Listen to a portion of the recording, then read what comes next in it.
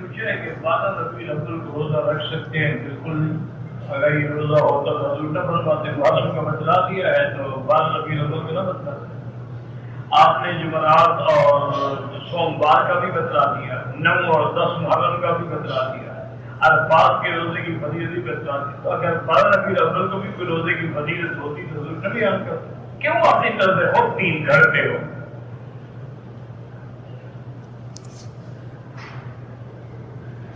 میرا دکان ہے اور دکان پر اکثر عورتیں بھی آتی ہیں، سلام کرتی ہیں، بس دل میں جواب دے دیا کرو، زور سے دینے کی کوئی ضرورت نہیں۔ نماز میں اپنی جگہ جو ہے نظر جو ہے سیدھے کی جگہ پہ رکھیں، اور جب تشہد میں بیٹھ گیا تو اپنے گود پہ نظر رکھیں۔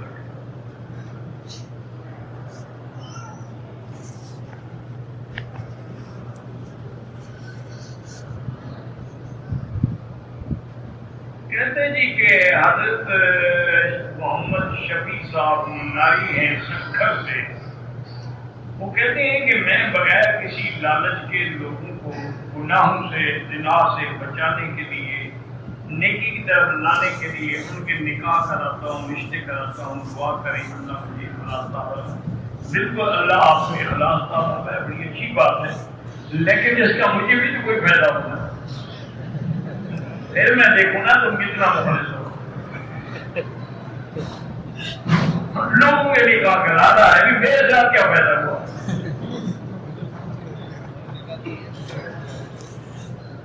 آج کل میڈیا جو ہے وہ علماء کے خلاف ہے، پہلے کون سا علماء کے حق میں تھا؟ میڈیا ہمیشہ علماء کے خلاف، اہل حق کے خلاف ہی ہوتا ہے۔ اور یہ بات یاد رکھیں کہ جتنا کسی اہل حق کو گالیاں ملے نہ سمجھ لو اتنا بڑا حق پر ہے۔ جو حق والا نہ ہو، حلوائی ہو، اس کو کوئی گالی نہیں دیتا۔ آپ پوری تاریخ اٹھا کے دیکھ لیں کہ جب انگریزوں سے جنگ لڑی تھی، جنگی آزادی لڑی جا رہی تھی، تو جتنے حلوے والے تھے وہ مندے کر رہے تھے، ان کو جگیریں مل رہی تھی، ان کو خطاب مل رہے تھے، کوئی شمس العلماء بن رہا تھا، کوئی سر کہلا رہا تھا، کوئی ڈاکٹر بن رہا، علماء حق کو پھانسیوں میں لٹکایا جائے، علماء حق کو مالٹا کی قید میں ڈالا جائے۔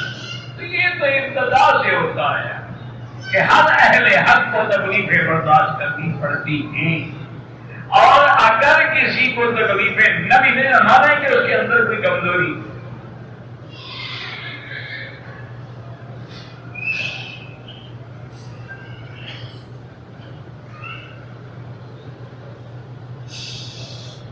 کوئی پتہ نہیں قاضی صاحب کہتے ہیں کہ پیٹ کا کفل پتہ نہیں کیا مدینے میں ہے، ایک دن میں ایک بار کھانا چاہیے، ٹھیک ہے، وہ اپنے آپ کو انہیں فٹ رکھنے کے لیے ایک دفعہ کھاتا ہوگا، باقی اندر بیٹھ کے کھاتا ہوگا، لوگوں کے سامنے نہیں کھاتا۔ یہ سارے پیر ایسے ہوتے ہیں، لوگوں کے سامنے دو حضرت ہی کھاتے ہیں، 2 لقمے لیتے ہیں، اندر بیٹھ کے 10 کلو کھائے۔ آپ تجربہ کر کے دیکھیں، اسی قاضی صاحب سے دیکھیں، بس دعا کرو اللہ ہدایت۔ ایک مولوی صاحب نے پہلے اعلان کیا تھا کہ مجھے اللہ نے خبر دے دی ہے کہ چونکہ حضور سرکار دو جہاں عمر مبارک 63 سال کی، ہم نے تمہاری عمر بھی 63 سال کر دی تاکہ تم عاشق رسول ہو تو حضور کی عمر کے مطابق تمہیں بھی موت آئے۔ اچھا، اب 63 سال جب گزر گئے تو موت تک نہ آئی۔